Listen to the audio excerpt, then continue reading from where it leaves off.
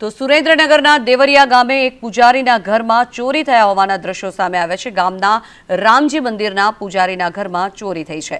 રોકડ અને દાગીના સહિત 3 લાખના મુદ્દામાલની ચોરી થઈ।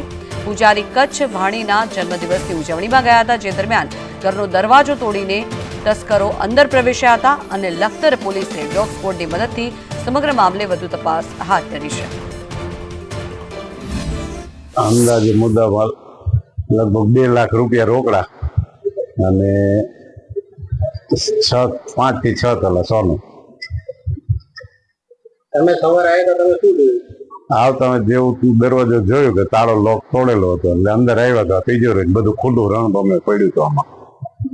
પછી તમે કોઈ જાણ કરી હતી? હા, પછી અમારા ગામમાં એક ડીવાયસપી સાહેબ છે, એમને જાણ કરી।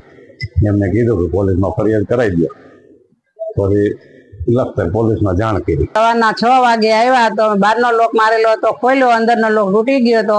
પછી સામેવાળા કાકા છે એને અમે જાણ કરી, મેં તો અંદર મારે જવું નથી, મારા ઘરમાં ચોરી થઈ છે।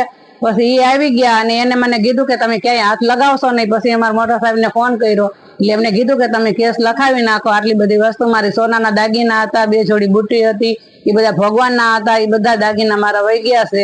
અને મારા પર્સમાં અંદરના લોકરમાં મારા 70,000 રૂપિયા મારા પર્સમાં હતા, એ લઈ ગયા છે।